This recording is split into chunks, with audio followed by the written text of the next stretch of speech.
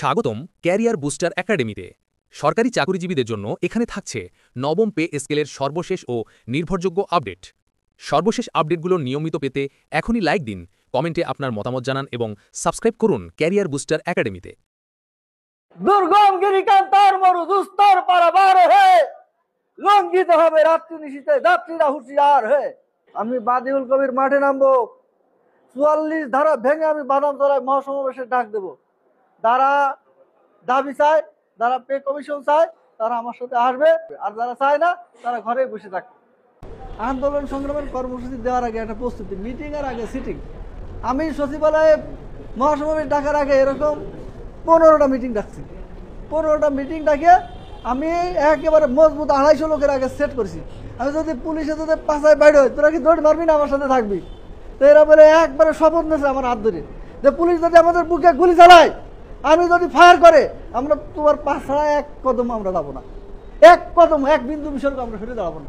তো ঠিকই তারা সেই কাজ প্রমাণ করেছে।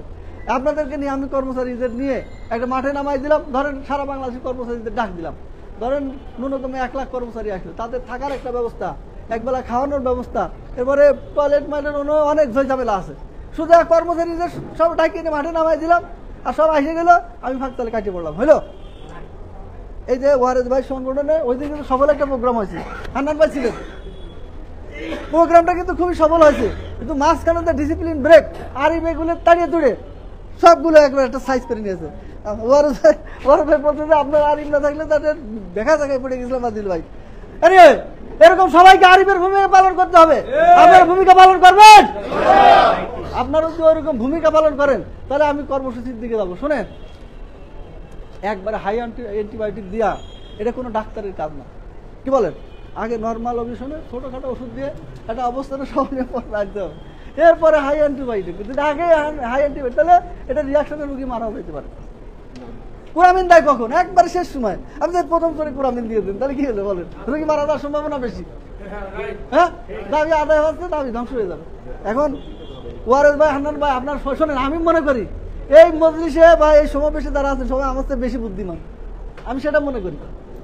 এই যে লিপি কিন্তু আমার চেয়ে অনেক বুদ্ধিমান, তারপরে আনিস ভাই আছে প্রাথমিকের, কিন্তু এরা কিন্তু একটা আন্দোলন করে মোটামুটি সফলতা। কিন্তু দিল্লি বহু দূর, এরা এখন শুরু করছে, কেবল হাঁটা শুরু করছে, এখনো গাড়ির স্টেশনে যাইতে পারি নাই। এখনো কিন্তু ট্রেনের স্টেশনে কখন ট্রেন আসবে তখন কিন্তু ওরা অপেক্ষার প্রহর গুনতেছে যে কখন ট্রেনটা আসবে। ট্রেন আবার কাম আমার ট্রেন। এখন ধরেন আমরা একটা দাবি দিলাম, আপনাদেরকে কাজ করতে হবে। যেমন পে কমিশন, আমি টাইম টু টাইম যোগাযোগ করতে, পে কমিশন কিন্তু খুবই দ্রুত। আমি পে কমিশন চেয়ারম্যান বলতেছে, আদিল সাহেব আপনি কি সে আগের মতো কর্ম আপনার অবস্থান ধরে রাখছেন? স্যার হয় না, কেন নয়? আমি কর্মসূচি দেবো, আপনাদের আগে ডিক্লেয়ার, আপনাদের অজানা কথা না। আপনি জানিয়ে দিচ্ছি আপনাদের, আমি ৩০ তারিখে পে কমিশনের রিপোর্ট না হলে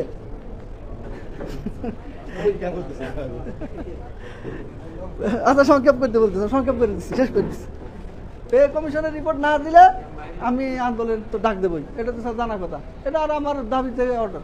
আপনি বলছেন আমার কাছে এই কথা না বলে আপনি আপনার স্যারদেরকে বলেন যে অবস্থা, পরিবেশ খুবই ঘোলাইটি, এটা সামাল দেওয়া খুব কঠিন হয়ে যাবে, খুব কঠিন থেকে কঠিনতর হয়ে যাবে। পরে সদস্য সচিব আমার ডাকছে, আমি বললাম যে স্যার আমি এখান থেকে ফিরে আসা, আমার ব্যাক ফুটে যাওয়ার কোনো সুযোগই নেই, কোনো প্রকার সুযোগ নেই আমার। আপনি ধীরে দেন, না দিলে না দেন, it's your matter, it's not our matter. তখন তারা আবার পরের দিন আমার ডাকছে। তখন আমি দেখলাম এটা ধরেন 11 বছরের একটা হিসাব, সামনে 5 বছরের মধ্যে তো আপনি কমিশন সম্ভব না হবে। হ্যাঁ, তাহলে সব বিষয় নিয়ে আমাকে একটু সময় দিতে হবে। আমি বললাম যে স্যার আমি হলো মানুষের আশা জাগাই, আমি কারোর মন ভঙ্গ করি নে, আমি কাউকে হতাশ করি নে। চেয়ারম্যান স্যারকে বলবেন আমার সাথে বসতে, প্রধান উপদেষ্টার সাথে বসবো, সেদিন আমার পলিসি দেবো। আপনাকে 80,000 কোটি টাকার চিন্তা করতেছেন কারণ আমি 35,000 কোটি টাকার মধ্যে পে কমিশনের ব্যবস্থা করে দেবো। এই কথা শুনে খুব একটা হাসি দিল সে। আমি বললাম যে স্যার 35,000 কোটি, তাহলে পলিসিটা বলেন। আমি স্যার এখানে বললে হয়? এইখানে পলিসি বলবো, আমি পলিসি বলবো প্রধান উপদেষ্টার সামনে যেদিন মিটিং হবে, কমিশনের চেয়ারম্যান থাকবে, মেম্বারগণ থাকবে, উপদেষ্টারা থাকবে, সেদিন অনেক সিনিয়র ক্যাবিনেট সেক্রেটারি থাকবে, সেদিন আমার পলিসি ডিক্লারেশন দেবো। আমি এখানে কেন পলিসি ডিক্লারেশন দেবো? কিভাবে 35,000 কোটি টাকার মধ্যে আপনি পে কমিশন বা পে স্কেল কার্যকর করবেন, আমি সেই দিন দেব। তো ভাইরা, আপনাদের কাছে মূল বিষয়গুলো আমাদের যারা নেতৃবৃন্দ আছে, আপনার তাদেরকে নিয়ে policy makeup set up through করবো ইনশাল্লাহ। হ্যাঁ, আর আপনারা প্রস্তুত থাকবেন, মাঠ প্রস্তুত থাকবেন।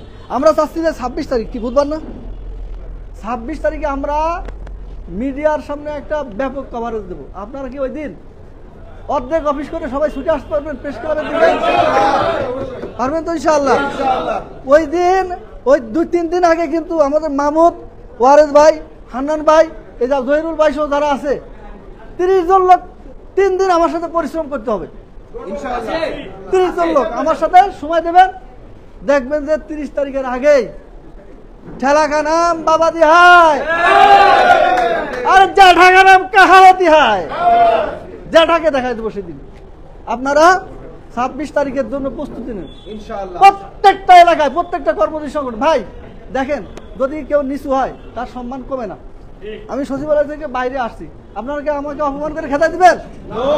আমাদের কোনো কোনো ভাই বলতেছে আমি 3য় শ্রেণী, আমি 4র্থ শ্রেণীর অফিসে যাবো কেন?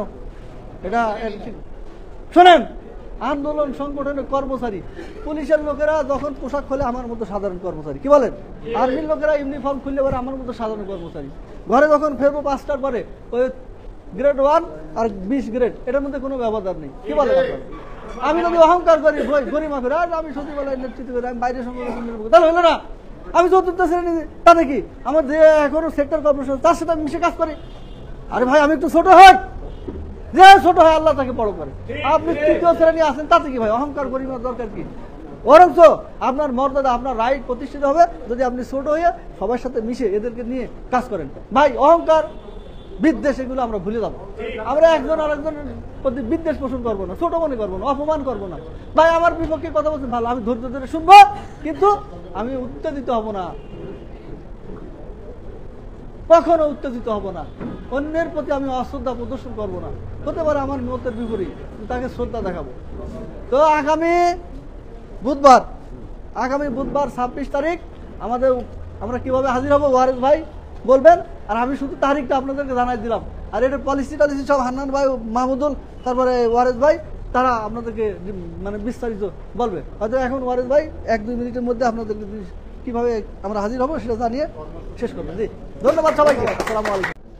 আমরা প্রজাতন্ত্রের কর্মচারীদের নবম পে স্কেল বাস্তবায়নের জন্য আগামী 23 থেকে 25 তারিখ সুবিধামতো সময়ে উপজেলা পর্যায়ে সমাবেশ ও উপজেলা নির্বাহী কর্মকর্তা বরাবর আমাদের নবম পে স্কেল বাস্তবায়নের জন্য স্মারকলিপি প্রদান করবেন।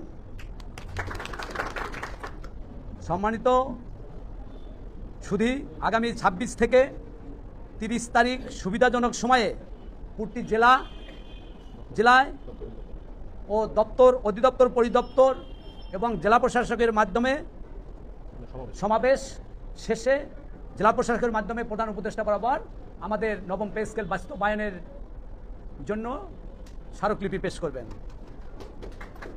30শে নভেম্বরের মধ্যে পে কমিশন চূড়ান্ত রিপোর্ট দাখিল না করলে আগামী 5 ডিসেম্বর 2025 সকাল 9 ঘটিকায় কেন্দ্রীয় শহীদ মিনারে কর্মচারী মহাসমাবেশের আহ্বান করা হলো।